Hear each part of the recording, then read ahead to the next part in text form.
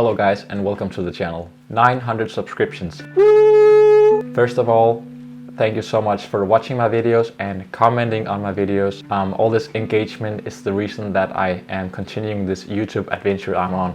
Also, thank you very much for all your good questions. Let's just go straight ahead to the question and answering session. So, Beth Boomer, hello Beth, wants to know, how has YouTube affected your art practice? Well, firstly, it affected me in the way which is kind of weird, but I've become more efficient when I draw, and I think it's because that I have this dogma of producing at least one video per week. So I kind of just have to produce a video and make a drawing and then move on. This is something I've always struggled with, like being done with the drawing. So YouTube has made me more efficient. So secondly, I would say that my practice has changed in the way, or not changed, but been influenced by all the studies that I've did of other artists. So for instance, I've been drawing like Sylvain Chomet, I've dived into the universe of Tove Jansson, and I've also just recently made a video on Harry Clarke. So all these studies has influenced me in the way that I draw. Not that it changed my style or anything, but I've gained a lot of fresh air. Also, Beth asks whether I am self-taught or if I went to art school. I went to the Drawing Academy in 2013, where I was trained in classical drawing and other drawing techniques. It lasted for about 5 months, and it was a huge epiphany to me about what drawing really was and how broad a tool drawing is. Someday I'll make a video about what we learned at the Drawing Academy. Also, Beth wants to know what my family thinks about art and me being an artist. My family do like art in all kinds of different ways. My mom used to read children's books aloud to me when I was little, and I was always very fascinated with these children's books illustrations, and I think that those are the reason that I want to do children's books illustrations today. My parents support me a lot in what I do and have always encouraged me to do work in whatever field that made me happy. So cheers, mom and dad.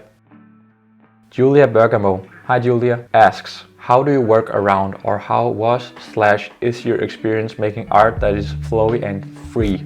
I find myself always worrying too much about drawing things too anatomically correct, and I think it makes my drawings stiff.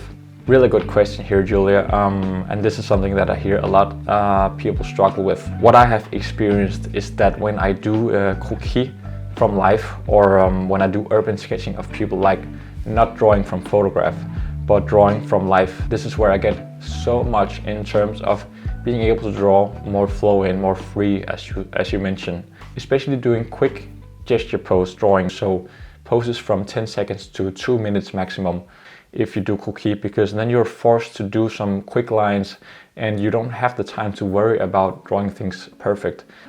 And also draw people on the street, because then you're kind of forced to make swift lines and not worrying too much about anatomy. I draw in a very stylized way, but I still use real people as models when I make up my characters, because then I work around this stiffness that you mentioned. I hope that you can use this advice, and feel free to check out my playlist here about how to improve your drawing skills.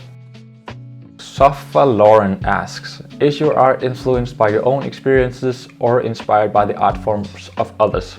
I'd say that I get a lot of inspiration from my surroundings, especially from doing observational drawing. In terms of inspiration of others, then I have a lot of artists that I look up to and that I get inspired from. To mention just a few illustrators from about 100, I can mention Ayusha Blau, a German-Polish illustrator. I can mention Mikkel Sommer, a Danish illustrator, and then Moira Fried. I actually don't know where she is from, but all these artists have a style and a playfulness about them that I really like. Also, I have a preference for illustrations from Eastern Europe and Russia for some reason. I just think that they're very atmospheric. Cornelius the Meme asks me, what's your biggest motivator for your art? Oh, that's a tough one. I think that I've always wanted to create, and I've always wanted to do something with my imagination and something with my hands. I couldn't imagine myself being in any other field, actually. It would have to be something with the creatives, such as maybe, I don't know, stage design or a costumier or something like that. Creating children's books illustrations allow me to go into that sacred space of being a child and not worrying about anything really, but just making up this game called drawing and make up my rules as I go along. This sets me free. He also asked, what's your favorite place to visit? Nature. Kivikant or Kivichant asks me, I have a question. What editing apps or software do you use? I use Adobe Premiere Pro. That's actually the only editing software that I know of. And I learned it when I studied film and media and art history in Copenhagen, which bonus info I actually have a master's degree in. Richie S. Hi Richie, wants to know, what kind of movies and music or books are you into? Well, actually I have a very broad taste in all these things. If I have to name a book, I want to highlight the comic books of Jacques Tardy, which I always return to and which I am also a collector on. In terms of films, I also watch a lot of films, and I like older films, I like French films, I like sci-fi films, animation films. I want to name one film that's probably my favorite movie of all times. It's an animated short film called The Hedgehog in the Fog. It's here on YouTube. In terms of music, I listen to all kinds of music again, and right now I'm very much into folk music and hip-hop, such as lo-fi hip-hop, and I've actually made a playlist with some of the tracks that I listen to at the moment, and you can find the link to this playlist in the description below. 0 to 100 Art asks, what does art mean to you? Ooh, that's an abstract one, but I'll try to answer. I think that to me, art is a vital thing in life. It's a place that you can go to as a human being, and you can be entertained, you can have food for thought, and you can get a new perspective on things and become surprised. I think those are the things that are most important to me in terms of art. Marcos Jose Gomez dos Santos, what a cool name, asks me, how long have you been drawing and what was your first drawing? I've been drawing since I was very little, like 2 years old, and then sadly, as it happens for most kids, I stopped drawing in elementary school and high school, and then I really returned to drawing in 2013, where I entered the drawing academy. I actually threw out most of my children's book drawings. So sad about this, but I have one drawing actually left, and it's this one called Tetris. MXJam55, who's been following me pretty much from the start, wants to know, my question for you is, at what age did you decide to make art the profession you would pursue? And were you always confident in your artistic talents? Oops, I guess that's 2 questions. No worries. So to answer the first one, I remember being a child actually, and at that point I already mentioned that I wanted to draw when I became an adult. Flash forward to 2011, where I applied for the animation workshop and I did not get in. At this point I knew I wanted to do something with drawing, but I was so obsessed with animation. Flash forward to 2017, where I kind of forgotten the dream about animation and drawing.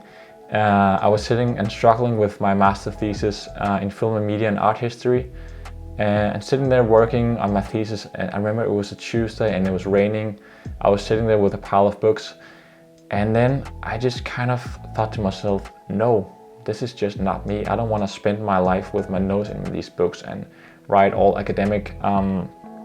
So I took a piece of paper from my notepad and then I wrote, quote, I want to create atmospheres and stories with my hands. I want to create 365 days of the year in rain or sun. So this was almost a manifesto, and I think from that day off I knew that I wanted to be an artist no matter what it would take. At that point I was 28 and today I'm 32. I'm a living proof that you can have a lot of detours in your life before you kind of get back on track and remember the dream that you had from the beginning.